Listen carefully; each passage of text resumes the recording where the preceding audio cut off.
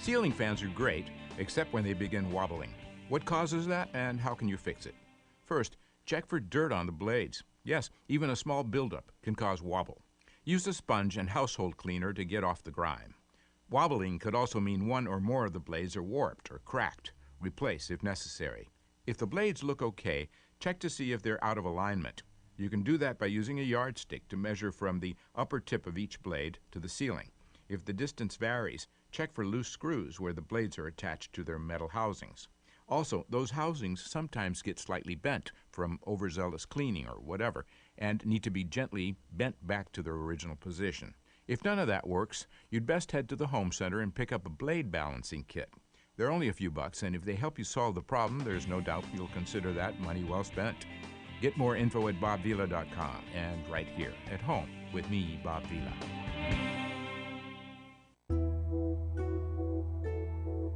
From the Bureau of Economic Geology, this is Earth Date.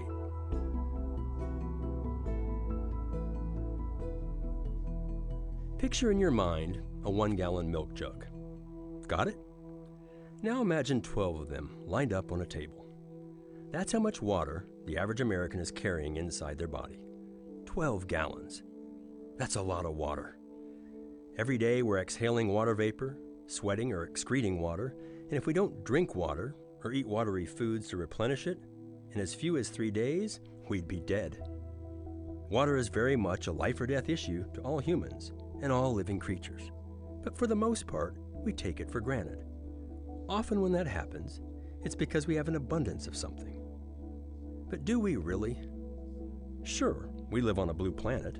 Look at a photo taken from space, and it's easy to see that 70% of the Earth is covered in water.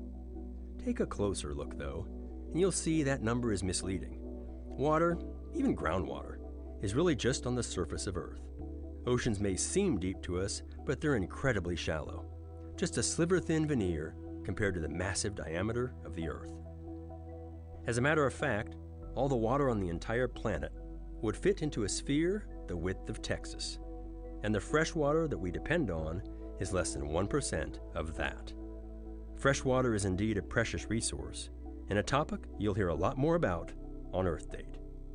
I'm Scott Tinker, and thanks for listening. Earth Date is produced by the Bureau of Economic Geology at the University of Texas at Austin. Earth Date is researched by Julie Hennings, written by Harry Lynch, and distributed by Mark Blunt and Casey Walker. For more stories, follow us on Facebook or visit earthdate.org. Introducing Simply Light. Can you hear that? That's the sweet sound of less sugar and fewer calories. We want to make sure you hear it's less sugar and fewer calories because it tastes so good. This is Scientific American's 60-Second Science. I'm Christopher Intagliata. Men inherit their Y chromosomes from their fathers, and they get an almost exact copy, other than a few mutations, meaning very little changes about the Y chromosome from generation to generation. You may just have 100 people with the same Y chromosome because they are all descended from one man. Marcus Feldman, a population geneticist at Stanford. They all had this great-great-great-great-great-great-grandfather, and every male relative of that individual, who's a first-degree relative, has the same Y chromosome. Researchers have thus used Y chromosome data, along with mitochondrial DNA, which is passed down only by our mothers, to investigate aspects of ancient populations. For example, one recent study found a huge drop in Y chromosome diversity 5,000 to 7,000 years ago. At the same time, mitochondrial DNA diversity continued to grow, implying a possible crash in the male population, with 17 women to every man. But it seemed to us that the 17-to-1 sex ratio was just too extreme to be real. So Feldman and his team used computational models to investigate other ideas, and they found that bloody fights between genetically homogeneous clans could have produced the same results. Essentially, we're saying that the clans that are fighting one another are built around having the same Y chromosome. Imagine a single deadly battle, knocking out a whole clan of men with the same Y chromosomes. Then repeat that unpleasant scenario a few times. You'd get a huge drop in the diversity of Y chromosomes as the victorious clans won battles and expanded. The details are in the journal Nature Communications. Eventually, Y chromosome diversity bounced back, as smaller clan structures were replaced by large, genetically diverse cities and societies, a cultural innovation that we too inherited. Thanks for listening. For Scientific American's 60 Second Science, I'm Christopher Intagliata.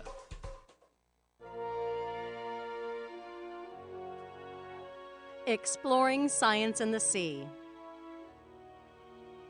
Few creatures are foolhardy enough to take on a great white shark, much less try to lure one in. Yet a shark that's no longer than your arm has been known to do just that. The cookie cutter is among the smallest of all sharks. Adults are only about 16 to 20 inches long. They inhabit warm waters around the world, mostly near islands. The cookie cutter has big, fleshy lips and 2 rows of teeth.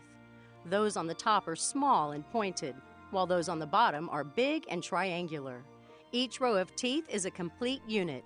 When they come out, the shark swallows the entire row, adding some calcium to its diet.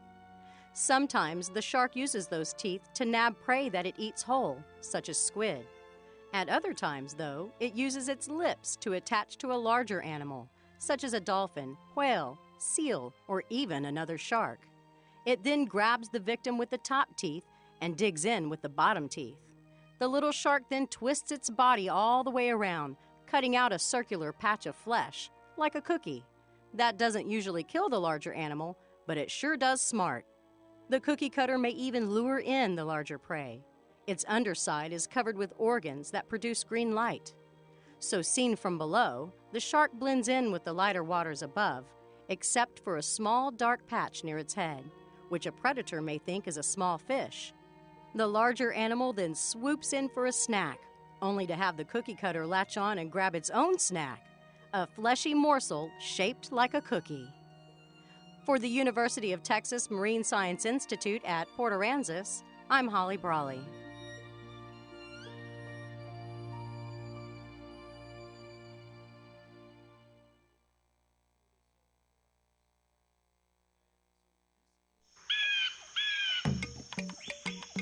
The 90-Second Naturalist. Hi there, I'm Thane Maynard. If insects vanished, that would mean no pesky mosquito bites or fleas on Fido. Far more significantly, the scourge of insects spread disease like malaria and dengue fever that infect millions and kill hundreds of thousands of people a year would be over.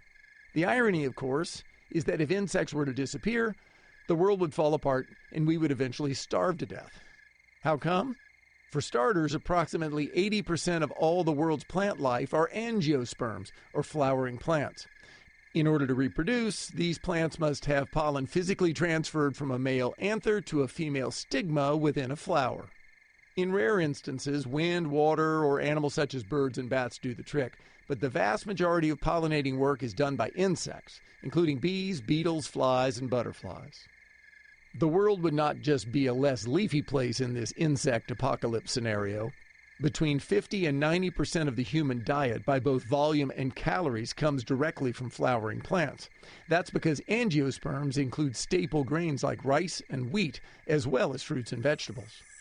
And don't forget that insects play a principal role in decomposition. The 90-Second Naturalist is a production of Cincinnati Public Radio and the Cincinnati Zoo and is supported by the Gehring Center for Family and Private Business.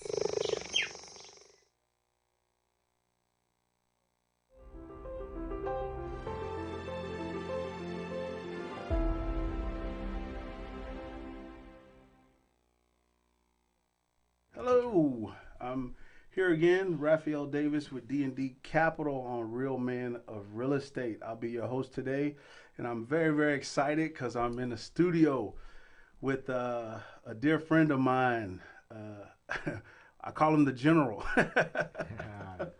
So I'm here in the studio today with Victor Bell of Bell Capital. How's it going, Vic? I'm doing great. Thanks so much for having me today. I really appreciate it. Oh man, I'm so glad you decided to join us, man. I know you're a busy man and you got a lot of stuff going on, and I was just happy I can get you in here with me today. So, Absolutely. Man, glad to have you here. So I just kind of want to come in and just have a conversation, talk a little bit about the things that I do, and then in relation to what you do, because I know you're with Bell Capital. I know you're an investor. Yes. You know, right? Yeah, and that's absolutely. what you do, and you invest. And I'm on the other side of the spectrum. I'm trying to get there, though. Hopefully, I'll be an investor like you one of these days. But I'm trying to work my way up to getting there. So right now, what I do is I do lending, and at D&D Capital, so we work with a lot of investors. You know, so. We have different products that we offer. Like, I'm sure you're familiar with the terms like bridge loans and different things like that. But for like the audience, like somebody out there that's listening that may not know what that is. So a bridge loan is where you come in and you just need some quick cash, right?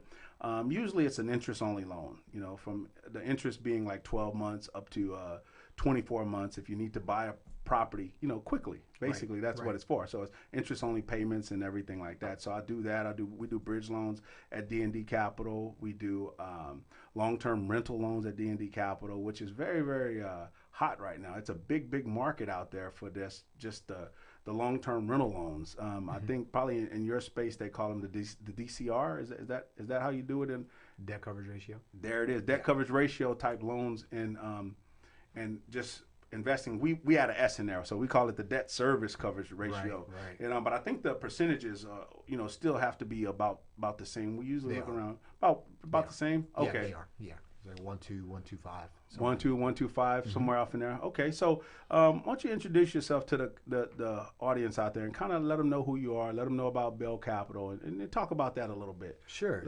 Yeah. Again, thank you so much for having me. Like I said, I want to 100% acknowledge you guys, man. You guys are great. Great team. Thank you, man. So, again, my name is Victor Bell. I've been investing in real estate for 20 plus years. I've done about $57 million worth of real estate. And right now, one of the most exciting things I have going on is our fund. So we started an accredited only fund for investors. It's a multifamily fund. It's only multifamily properties. Sometimes you take a look at people with funds. There's car washes in there and dirt. Right.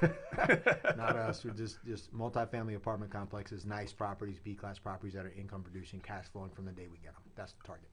Oh, nice. I got a best-selling book on Amazon, 30 Days of War, but so actually I have 3 books on Amazon, 30 Days of War, How to Create Wealth Through Investing in Apartment Buildings, as well as You Need More Cash Flow. That's my baby. I love that book because that's really about the money and why you do it. Gotcha. So that's a little bit about me. Aside from that, I'm an excellent husband.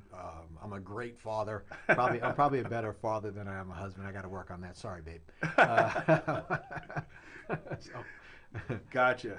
So that's Victor Bell there with Bell Capital, and we'll be talking about different investments and different things throughout the course of the show here today. On the last show, I actually had my partner Stephen Darling on here, and we were kind of going over lots of conventional, lending and different things like that. I didn't get too much into the private money, working with the investors, because I was actually excited about having you on here because I kind of wanted to go into that with you for the audience out there that's listening. I know like when I had him on, we basically covered conventional, and so there's a lot of investors out there, right? And a lot of people, I hear them say all the time, they like, I want to get me some rental properties, right? And they talk about that often. I need to build up my portfolio. I want to get rental properties. But I'm one of those people who was lucky enough to read one of your books, right? So I used to be one of those, I was one of those guys, So having a mortgage company, every dime that I get, I want to invest it, right? So I think money just sitting there is not gonna do anything for me. Right. I want to invest it. And I can't remember which one of your books I read it in, but you said something that was so profound that actually changed the way I look about investing now. And you gave a basic example, and that's what I like about the stuff that I've seen that you do so far. It really, really helps because I've been able to take that information and actually give it to my clientele. Talk to them, and I give credit where credit is due, Awesome. So a lot of times they'll be like, "Oh, Raphael, man, that's amazing," and I'll be like, "Hey, man, that's not really me." Right? Nah, that's right? you. That's Yeah, somebody taught me that, So and then I tell them, what to do and go. Yeah. But back to the point that I was making, one thing that you said, and I thought about myself. You say, okay, look at it this way, and I might be butchering it, so you could, it's okay. you can correct me on it. You said, I look at it this way, you know, I have a roof, right? So if I have a roof and I need to fix that roof or whatever, I'm putting my own twist in it, and I'm taking care of that one roof. Well, underneath that roof, right? This is in terms of if I'm getting rental properties, so to speak, right? If I'm getting rental properties, so if I need to fix that roof or something like that, the property that's under that roof, right, may be paying me, you know, in terms of an investment, right? And you said something, and it's super, super simple. I know I'm kind of dragging it out. I'm trying to get to it and say it without butchering it too bad. No, you're But good. you said, okay, so I can get paid off of that one unit that's under that roof, or I could have that same roof and have 20 units. I forgot the number. Right. Right? Yeah. And looking at it, and that picture got in my head, right? And it got in my head right away, because even me, from my own personal property, I have my house, I have my family in it.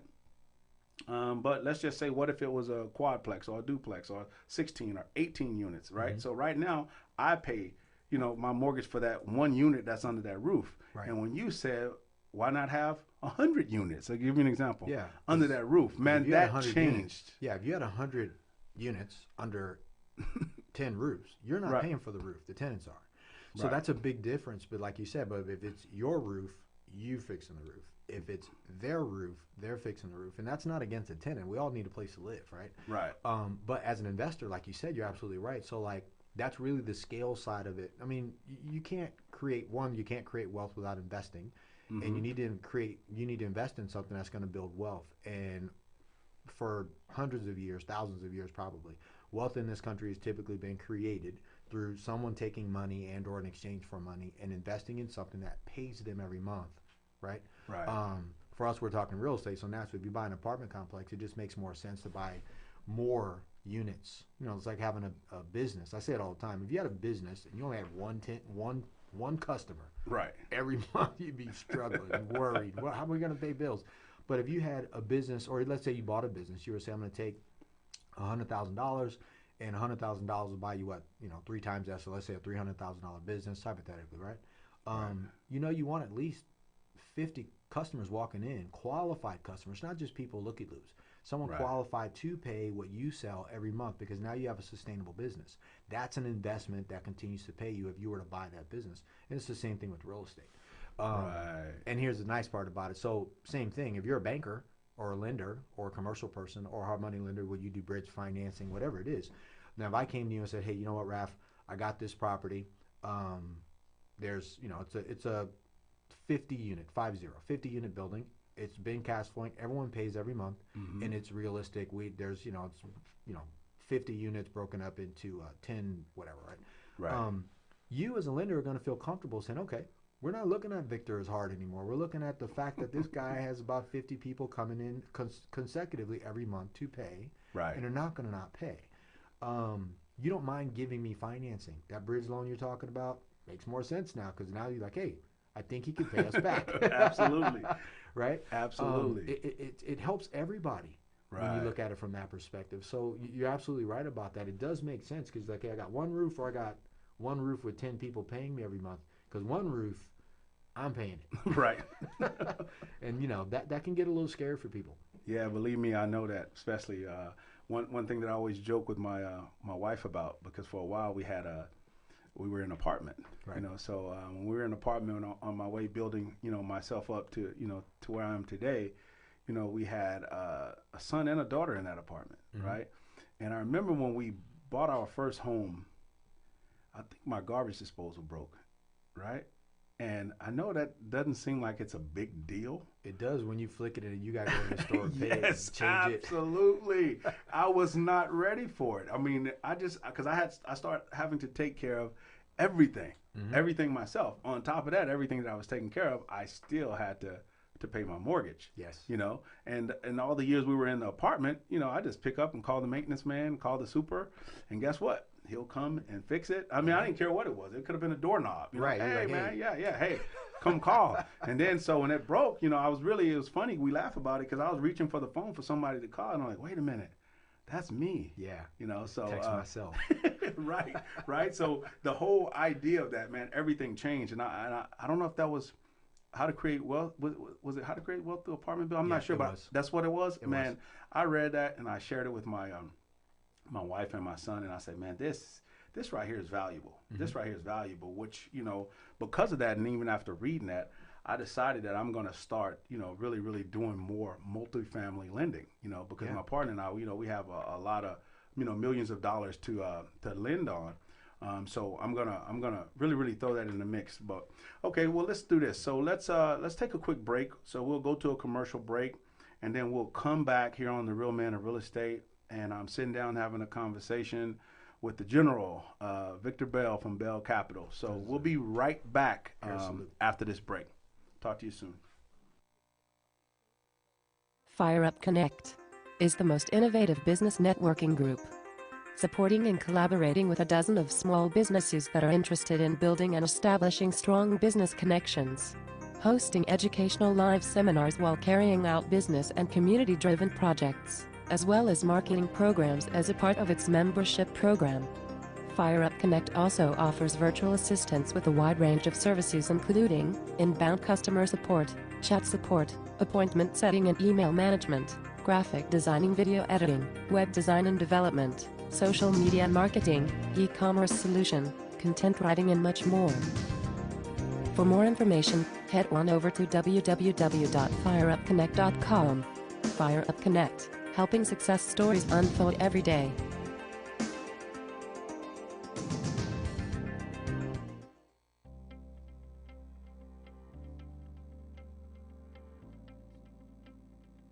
The toughest part in the lending process is patience.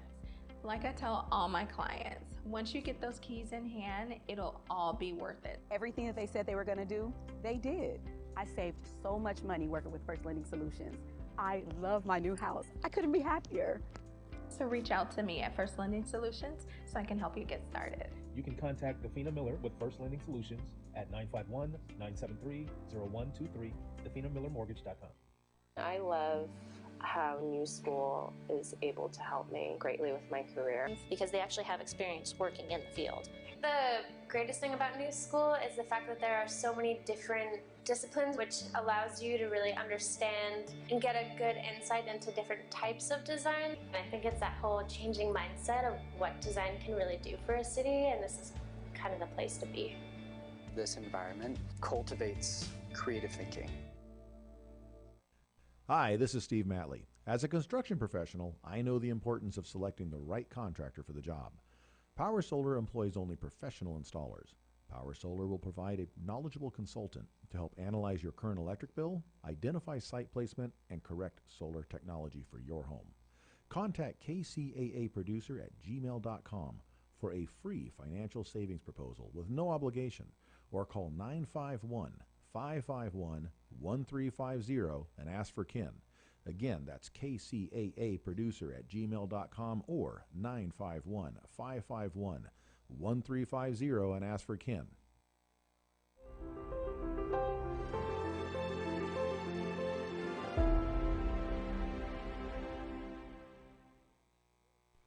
Okay, and we're back. Real Man of Real Estate, Raphael Davis with D&D Capital Solutions. And again, if you're just tuning in, I'm here with my guest today is Victor Bell of Bell Capital. And if you didn't get a chance to hear what we were talking about before the commercial break, or if you're just tuning in right now, we were discussing some things that seems very simple to me. And I was pointing out to Vic that I never really even thought about it that way until I actually read one of his books. Which book was that, Vic? How to Create Wealth Through Investing in Apartment Buildings. How to Create Wealth Through Investing in Apartment Buildings. And so that book, I've read it. I was lucky enough to get one of the early copies, and it changed the way I think about investing, period. Like hands down, it changed the way I think about investing. And it's also making a little dent the way my partner and I are starting to structure our company, D&D Capital Solution, in terms of the lending, because it makes so much sense, and it's a great tool. So I look at it, and I think you say this a lot about wealth building. Yes, right? Absolutely. Wealth building, and you say like that's one of the best ways. Or well, what do you? Is it the? How do you feel about that? You think this? There's multiple ways. Let me back up. There's multiple ways to build wealth. Yeah. But with real estate, we all know it's real. Like we can touch it, and I think that was another example he gave. It's there. It's defined. Yeah. Yeah, it's defined. You know. So why don't you share with the audience why that is? Why do you think multifamily? Well, because I don't have to guess. That's number one. Like, I don't have to guess. Like, multifamily is people are coming together to pay rent. And, you know, you've heard me say it. You know, I've said it quite a bit. Like, I believe that we're all moving to renters in this country. We're going to become a renter nation. We rent everything. We rent tables, cars. You can buy a car and rent that. Like that's just where we are. Right. So with 80 million, there's 80 million millennials and about 75 million baby boomers. Right, and that number fluctuates, right? Unfortunately, people pass away, and there's people, you know, getting older and moving into certain groups. But if you take a look at the economic trends in this country, that's where they're moving. People younger are waiting to have kids. They're wanting to live closer. They want the amenities that are afforded in multifamily properties. And people who are getting older don't want to have to deal with this big house. They thought their kids were going to want it. Now they don't. And they're seeing an opportunity to go ahead, cash out, and they're moving into communities that are providing the quality of living that they want. So that the world is moving towards that. It doesn't make sense to try to build wealth off of any less. You know, and I talk about all the time, you know, all the time, really. Right. Rents. So when I'm looking at any multifamilies, and this goes definitely because, you know, the deals are really dictated by the debt market. Right. So you figure there's a lot of capital in the world allocated towards multifamily real estate investing, like mortgage companies. They're built for it, right? The banks are built to lend on either housing, right? Because mortgages are a product. Mortgage-backed securities. We all see what's happening to mortgage-backed securities, but I mean, rates. Yeah, if it's good for like New York Life, Geico Insurance, Guardian Life, these are all come from big institutions that are lending money in multifamily. Why?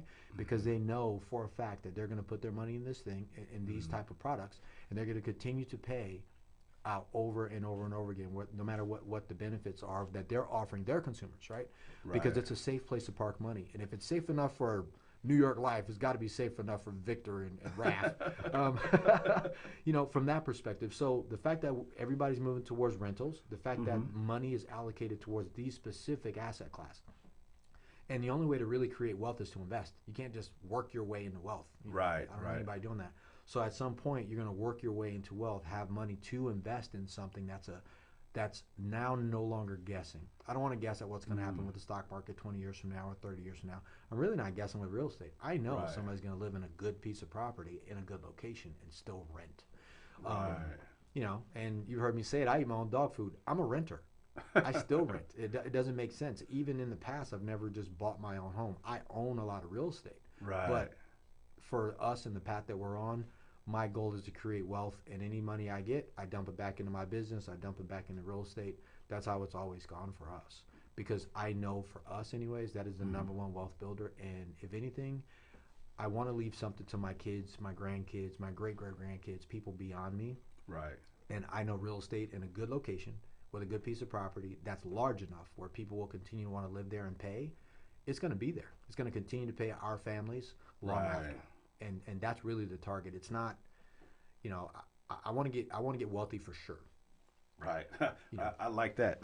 Big difference. For sure. Absolutely, man. Absolutely. Like I say, I read the book and I was thinking about that, and it touches one of those major three things that I always talk about. Like, you know, it's three things that you're going to always need, and that's food, clothing, and shelter. Amen. Right? And that shelter, right, when you look at it from that perspective, you know, not only, you know, do you have the shelter, but you're also sheltering your family with generational wealth, you know, building it up over time.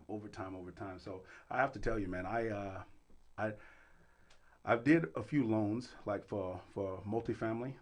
We called it like small balance commercial is what we would do, you know, and it usually has a rehab component to it, you know, and I did it in other parts of the country. But, you know, I was reading the other day and I saw that actually San Diego is, I think, the second highest renters market in the country right now. And the way they got that information is they worked backwards. So they worked backwards from the metropolitan areas all the way backwards to what was affordable. Right. And it was like in reverse. So rent is very, very high here. I want to say like 3,000 or I can't remember the actual. They're putting it up in those high areas. You know, and the, you know, stuff that we look at. I look at nice properties, but they're still affordable for people. Right. So not that 3,000 is not affordable, because again, I think every 10 years or so rents tend to double. Right. Somewhere in there. Right. So, you know, 3,000 10 years from now or 15 years from now, somebody's going to look back like, man, I wish I would have paid. I wish I would have had that. Right. Oh, man. I'm telling you, I've actually been there. There was a time when I was renting, when my rent was, and I remember this because my wife and I, we laughed about it recently because, of course, you know, we have mortgage payments and different things like that. But it was like $775, like $775, right? And I want to say, not to tell my age, back when I was like 18, you know, and I was got one of my first apartments. We actually, it was like 3 of us, and we split an apartment. This was down in Texas. We was down in Houston, Texas. We split an apartment that was split between 3 people, and the rent was $500 a month for the apartment, right? Y'all were struggling. Yeah, we were complaining. We were complaining, man, $500? Can we find something cheaper than that? You know, that's what we were talking about. Oh, but it gets better. That apartment had all utilities included. So that's something, you know. That's one of those things that you look back on and you just have to laugh, you know, because it's not there now. You know, everything has changed. It is. You know, everything has changed, and the way you look at everything. Like I recently, because you know I do the private money along with the conventional side. Right. Well, in another show that we had, we talked about what it takes now to even on the conventional side, like get offers accepted. Oh yeah. You know, in certain parts of San Diego County, you know, if you're not coming in 65,000 above asking, you're not even going to be looking at a counter. You know, and that's on a condo. Say on a single family, you know, you're looking at coming in 95,000 over, or you know, it's just, of course, that's supply and demand for the market. It is. But you know, give you a personal example. You know, I basically do loans, but I'm also a realtor. You know, I've been a realtor since like 2003. But I focus on loan and lending. That's my, you know, that's what I do. So for family or friends, or if you ever hit me up one day, which not you because you have too much experience, say, hey man, can you write this contract up for me? I use an agent on everything I do. Oh yeah. Oh, see, I didn't. Oh man, there you go. But your wife's an agent. Yeah. I always use professionals. Oh, gotcha. Always use professionals. You know, that's probably good for the listeners to hear, because oftentimes when they don't use the professional, right, or a good professional, let me say that, because sometimes people get licensed but they don't take time to learn and study their craft, so they make mistakes. You know, and I saw that back. You know, this is gonna put me old, but at the turn of the century, you know, there were a lot of people who were doing like we call them FSBOs, for sale by owners, you know, and sometimes they were not disclosing certain things, you know, so they would end up, you know, with litigation, back in court and stuff like that. So I think it's always best to at least, you know, consult the professional. Right. Well, investors are always taught. I mean, at least, you know, it depends on how you learned. Okay. So like as an investor, if you learn from a book like I did, and you start going to seminars and you meet all these people and you start, but there's this dogma in the world that says, you know, realtors ruin your deals. But the reality of it is they don't, you know, like now I buy property like off market, not on the market, without a realtor, but I involve my realtor at all fronts. Like I'm not misinformed just because I talk to a seller or an owner of a property, whether it's an apartment building or when we're doing like single family stuff, like small stuff. My realtor's involved every step of the way because I need information that they have that I don't have, because my job is to not lose money. Their job is to make sure I don't lose money by giving me metrics, just like you can pull up data I can't find. Right. And I don't need to pay for a resource online. You know, I'm saying, oh, you can get this app and it's, you know, you can go to this. And I'm like, but there's professionals out there that have it. So when you start seeing your realtors, your agents, your mortgage people, your brokers, the bank as your partner, then you kind of approach the relationship different. Right. Now, if you're trying to get over on people, yeah, that's tough. Or you're trying to get into this deal for no money down, and even deals that realtors have brought me, deals that are off market, and we're going through this. Right. I've told them, hey, if you can help me get this deal, I'll still pay you. Oh, nice. And then if it doesn't happen, it doesn't happen. But it isn't because I'm trying to squirrel away and do a no money down. First, no money down deals don't exist. A promise to pay somebody is still money. Right. So I try to explain to people that. But it's super good for us to go over that because those are two super important things that listeners, hopefully they appreciate because this is real time. It's real. Gotcha. Okay, well, hey, there years you heard it from the man himself. That's some valuable information. Like I tell some of my friends, when this man talk, listen, I'm trying to get to that level also. But hey, listen, we're going to take another quick commercial break, and then after that break, we'll come back and we'll jump back into more of this discussion right after this break. We'll be back. Fire Up Connect is the most innovative business networking group, supporting and collaborating with a dozen of small businesses that are interested in building and establishing strong business connections, hosting educational live seminars while carrying out business and community-driven projects, as well as marketing programs as a part of its membership program. Fire Up Connect also offers virtual assistance with a wide range of services including inbound customer support, chat support, appointment setting and email management, graphic designing, video editing, web design and development, social media marketing, e-commerce solution, content writing and much more. For more information, head on over to www.fireupconnect.com. Fire Up Connect, helping success stories unfold every day.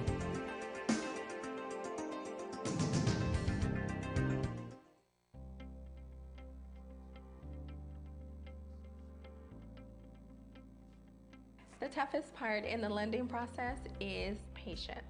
Like I tell all my clients, once you get those keys in hand, it'll all be worth it. Everything that they said they were going to do, they did. I saved so much money working with First Lending Solutions. I love my new house. I couldn't be happier. So reach out to me at First Lending Solutions so I can help you get started. You can contact Defina Miller with First Lending Solutions at 951-973-0123, definamillermortgage.com. I love how New School is able to help me greatly with my career. Because they actually have experience working in the field. The greatest thing about New School is the fact that there are so many different disciplines, which allows you to really understand and get a good insight into different types of design. And I think it's that whole changing mindset of what design can really do for a city, and this is kind of the place to be. This environment cultivates creative thinking. Hi, this is Steve Matley. As a construction professional, I know the importance of selecting the right contractor for the job. Power Solar employs only professional installers. Power Solar will provide a knowledgeable consultant to help analyze your current electric bill, identify site placement, and correct solar technology for your home. Contact KCAA producer at gmail.com for a free financial savings proposal with no obligation, or call 951-551-1350 and ask for Ken. Again, that's KCAA producer at gmail.com or 951-551-1350 and ask for Ken.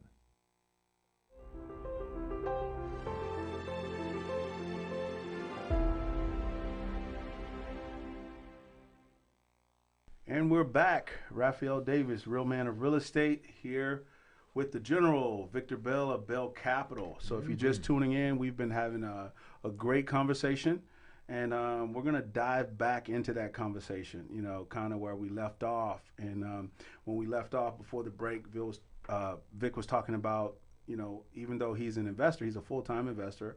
He also has a fund, but he makes sure that he always uses professionals, at least have them take a look at the deal. I was sharing with him that I remember back at the turn of the century, or I was sharing with you back at the turn of the century, how I saw people get in trouble, because they didn't do it. They wanted to, I wouldn't call it cut corners, but they wanted to, everyone's looking to way to save money. But some things, you just kind of can't cut out, because if you don't know, then it seems to me that you will go to the person who does know, right? Yeah. Which is the professional. Go see a professional. Go talk to this person. Kind of like myself. That's why I'm so glad you're here on the show today. Like yes, I've been able to do loans. I've lent millions of dollars. But I'm lending that. Right. People bring it to me. I take a look at it, and I look at this deal, And then I can tell you whether or not we can move forward, if I can make this happen for you, which, brings me to another point that I want to touch on real quick. And I think it's a conversation you and I may have had, not on air before. And that's about, and that's another thing that stuck with me. And that's about actually helping people, help people understand how to get the money that we have available for. Oh my gosh. Yeah. you know what I mean? Right. You remember that conversation? I do. We talked about that. So, and I learned this too over time, right? Mm-hmm. Was like, lenders are not trying to just randomly tell you no. They're in the business of selling money. Right. So at some point, like everyone's fighting for you. Like if I come to you and say, hey, you know what, I got this property, it's an apartment building, it's $40 million, right? And you run the numbers, you go, Vic, you know what, $40 million is off the mark on this, I can't do this deal. You need to be closer to 30, right? First, you're protecting me, right? Now there's another thing too, and we talk about all the time, is like there's certain guidelines that you need to follow to be able to deliver this money. Those guidelines are actually there to protect the borrower. They're not against the borrower. Most people will move away from that. So I think that's valuable to know, which is what we talked about. Use a professional. When you're looking at real estate, again, we talk about an investment. You're trying to create wealth for yourself. You don't want to get into a deal that's going to, blow up in your face or in your family's face, really, because now we're not talking about, I bought a single family house down the street from my mama's house. Right. We're talking about a deal that can sink your battleship. Absolutely. But when there's that size of a deal, there's so many professionals that place, not just a lender, and you know this too. Right. Title company, they're going to be involved. The appraisals are going to be involved. You got inspectors that are going to be involved. You got general contractors, all these different people. Mm-hmm. So all of that goes along the line, but it doesn't make, if you say, hey, Vic, you know what, we underwrote the deal. How'd you underwrite it? And I go, hey, I came in at this number. You're like, okay, I can't see my way straight to get you past here. That should be something for me to pay attention to. Right. So I have to rely on that type of counsel. If, there's a difference of somebody saying, okay, well, we don't like you, Victor. Like, okay, well, I got that, right? But when you're starting to take a look at investment property, again, 5 units and above, and my suggestion is always 16 because there's a number to be hit there on your exit. Gotcha. But now you're starting to look out for the person. Like, one, for guidelines for lending, and second, because this person needs to make a certain amount of money because that loan needs to be paid back. Because while you lend money, it also needs to be paid back. Absolutely. You have a fiduciary responsibility to make sure to not give people who don't have the wherewithal and or experience, expertise, or credibility that capital, because you are the, you're kind of the gatekeeper. Right. And when people understand that, it makes this business a lot easier. One, as an investor, and two, that's where the partnership attitude comes in. Because, like we said, if I go to RAF at D&D and I go, hey, I got the down payment, or I got a portion of a down payment, but I need bridge on the rest of it. What do you think? And you go, hey, you know what, Vic? Let me take a look at the deal. Right. Here's where you are on the first. Here's where you are on your money, and here's what we can do on the bridge. Right. And then you say, but here's the timelines. Here's what in 3 years you're going to have to do this. Do you really think you're going to be able to do this? Because here's the data that you don't have. The rates are going to change. If you have to sell this property, right, your buyers are going to have to qualify now for this new rate. It doesn't matter how great of a job you did, and if they can't get qualified for it, they're going to have to be like you or better, right, for me to underwrite this loan, because you got to have an exit, right? It's all a business plan. But I think people miss that. That is, and to not make it confusing, the person that you go to has to understand your deal, and how you're going to exit, more than one exit, because now you're in partnership, right? You really, again, that's why I love real estate. And we talked about why wealth there, because that right there is the ultimate game plan. It's like, man, I have so many people rooting for me to win. Right. It's not, but if I go in oh, they're the enemy, they're going to tell me no, I'm going to go to 5 other lenders, at some point you're like, yeah, you're going to get someone to tell you yes, but do you want, do you want every, it's like going on a date. You don't want every girl to like you. Right? Yeah. Someone has to tell you no. Have some kind of challenge right there, right?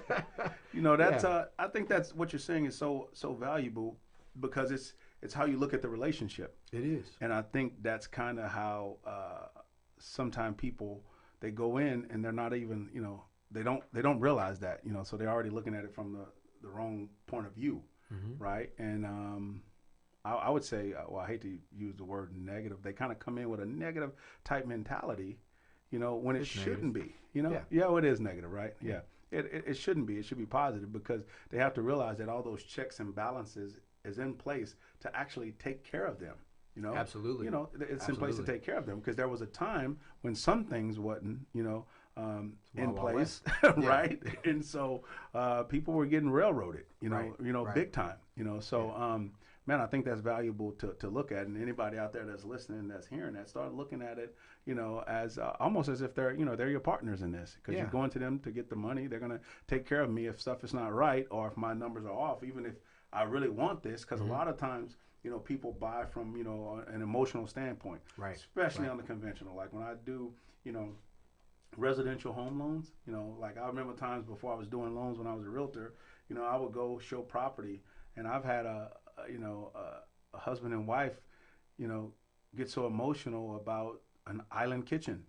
Yeah, you know, me at the time, I was much younger, and man, I was like, man, I gotta get this deal because I gotta take care of my family, you know, and it went away because they didn't like the island kitchen.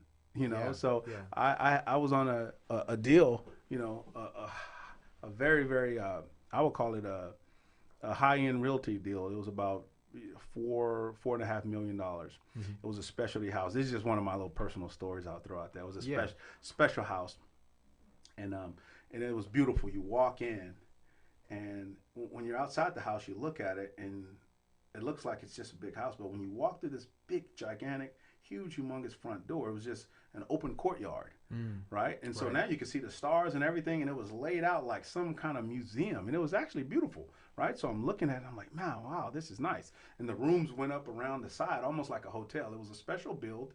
It was on a golf course, and it was just awesome, beautiful house, everything. You know, the client that I had, I mean, he loved it, you know. His spouse, on the other hand, thought that the roof itself didn't hang out far enough over the railing that's leading up to the bedrooms, and didn't want, or she didn't like the idea that if they had the children there and it happened to be raining, you know, which my joke was to the husband, like, hey man, it never rains in Southern California, right? You know, so that was the joke, that they would have to come to the house with umbrellas just in case, even though it was, just to walk into the main house, even though it was designed, you know, to keep the rain off you. But she just felt it wasn't quite out enough. And then they went back and forth about that, back and forth. And, you know, that was one of the last big deals that I didn't get because it was an emotional decision. And I made the decision that day. That's why I remember it vividly. I made the decision that day. I said, you know what? I have to be on the other side of this. You know, I got to go out there. I got to start helping, you know, people who invest. And that's what I've learned that was different versus, you know, someone who's buying their own primary or personal residence. When you get to the investment side, it's not about that. It's not really about the emotional part. It's about the numbers. You know, it's about the numbers and what makes sense. Absolutely. You know, and that's why I really, you know, I enjoy working with the investors, and I've been blessed to work with some of the, you know, best investors across the country. You know, for a long time we were lending in 42 of the 50 states. You know, I was in the market when fix and flip was very hot. You remember that? Everyone was fixing and flipping.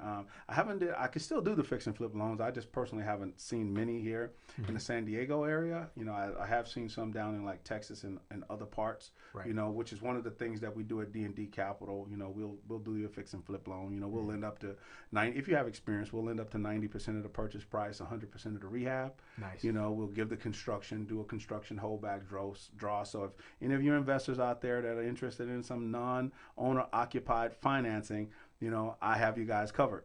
You know, so just give me a call, let me know, and then I'll get you covered. One thing, hopefully I have time to go into it right now, or I may wait for the next segment. No, I'm gonna ask anyway.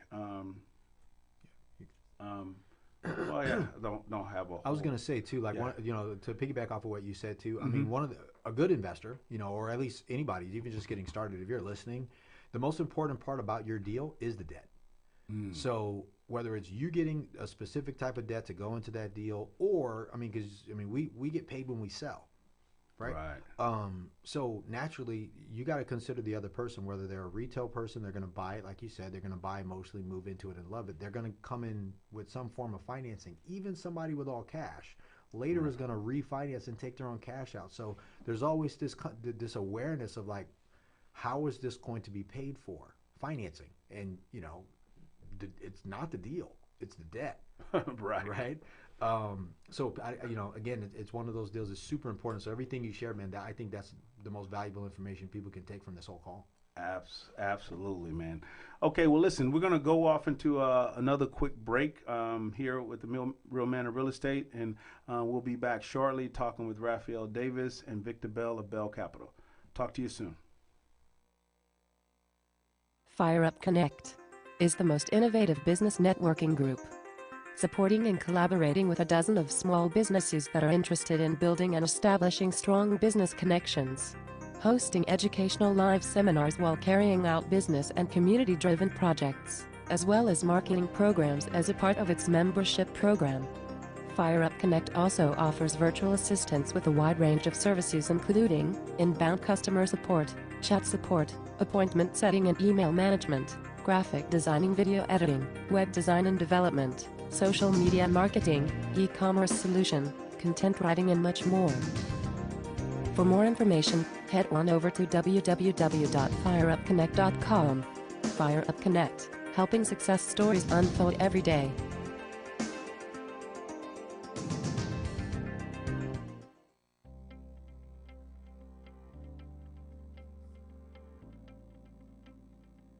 The toughest part in the lending process is patience.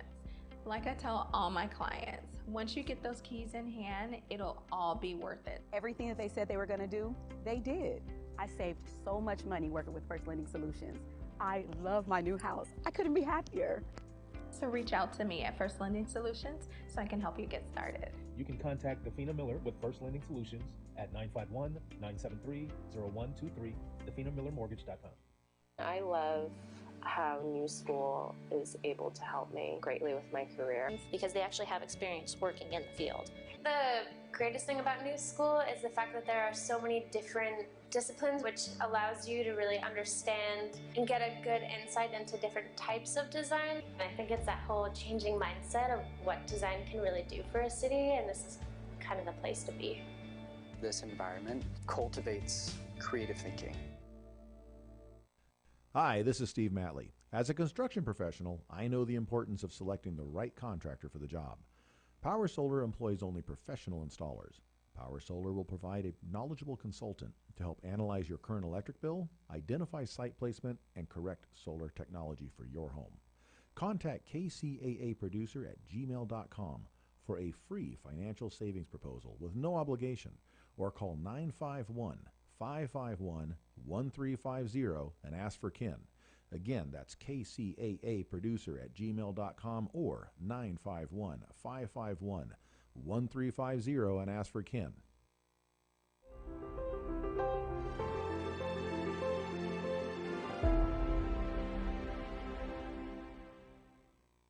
Okay, Raphael Davis back with the Real Man of Real Estate of D&D Capital with my guest here today, Victor Bell of Bell Capital. If you're just tuning in, we've been having an in-depth conversation about real estate, as lending, along with wealth building, which is Victor's specialty. So if you missed early on, we talked about multifamily.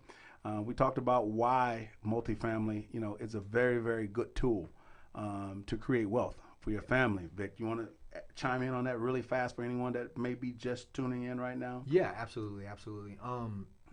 To me, multifamily apartment buildings, that is the ultimate wealth builder. It provides, I share this all the time. So there's a beautiful reason why I love it. Aside from the demographics and where people are headed, but number one thing is capital preservation. Like, you park your money in an apartment complex, again, big enough that's going to sustain, you're not going to lose it.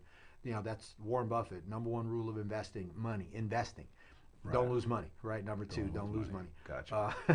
Right. So, and then the second thing is cash flow. It provides cash flow right off the bat, because that's another thing with multifamily. It's expected for cash flow properties. Number three is appreciation. The potential for future appreciation naturally because it's based off its income. The other one is it provides scale. You can get more doors, under one address. You can get 100, 200, 300, 500, 1,000 units with multifamily. The other one is leverage. There's great debt afforded to this asset class from lenders, Fannie Mae, Freddie Mac, conventional, non-conventional, bridge, all this stuff. Like there's a product designed specifically for multifamily, and everybody can do it. And last but not least, the tax benefits of it, because it is the one thing that you know that you can do depreciation. You can literally buy a property for $10 million and turn around and depreciate $10 million off of your other business income and things like that. So like just that alone, just those pieces by themselves automatically make it a great wealth builder, as it relates to creating wealth, legacy wealth, long term. Legacy wealth, long term. Yeah, exactly. Let me ask you this real quick, which I was going to go into it right before the break, and I didn't know if we had time. I was like, oh, am I going to run out of time? But hey, I'm going to say it now. So, on the conventional side of thing, everyone's talking about the rates. Interest rates. I don't feel like we can't. I mean, we managed to do it. Yeah, we can't ignore it. We managed to do it up until this point, not bringing it into the show. But I wanted to bring it up. Like say over the last month, rates have increased over 5%, and they've constantly been going up. Since earlier this year, so to speak. Not to put the exact timestamp on it. Right. In relation to you being like an investor and with the multifamily, since we're using that as a vehicle to build wealth.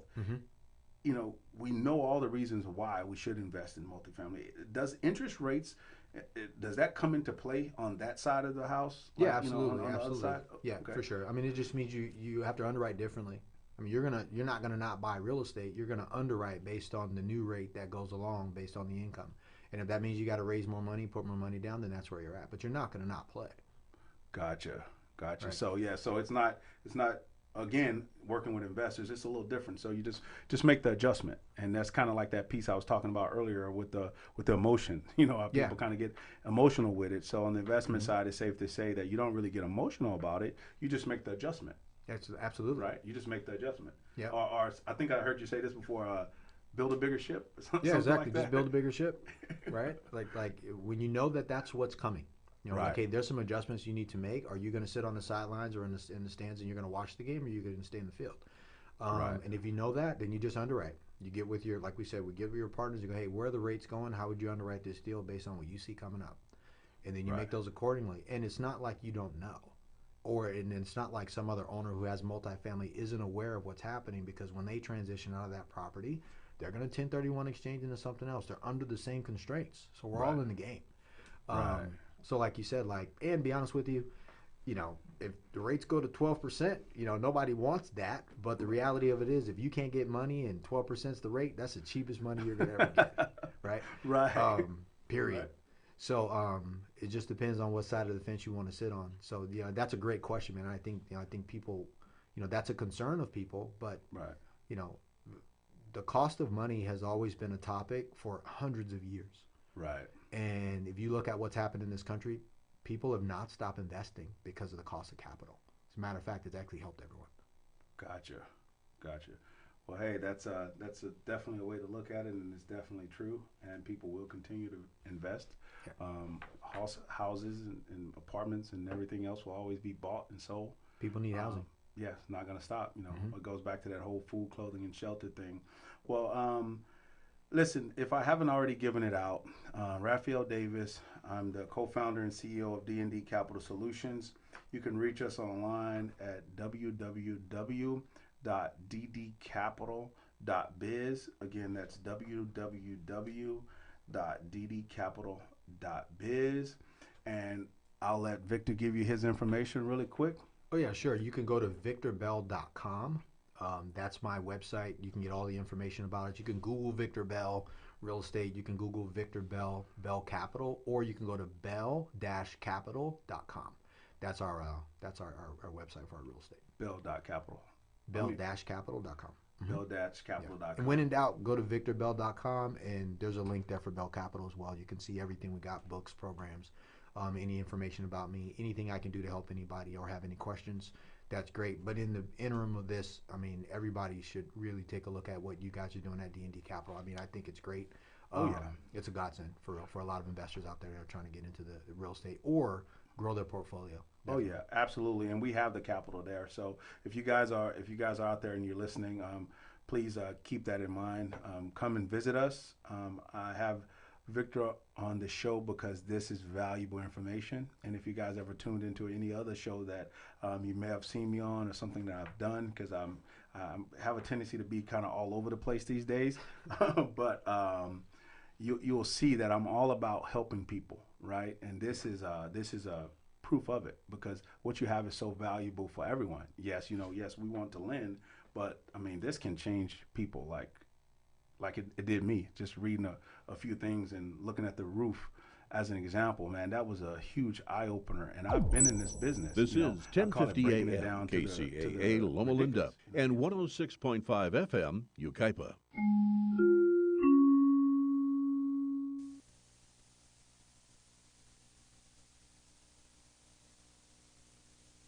Radio.biz. Now, here's your host, Eric Kavanaugh.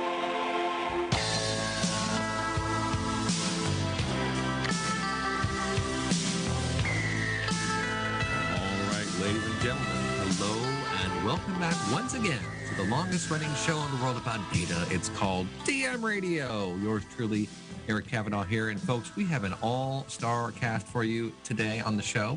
We're going to talk about a really hot topic these days, and it's not really a new topic, but it's new in how much people appreciate it all of a sudden. So we're going to talk about data governance.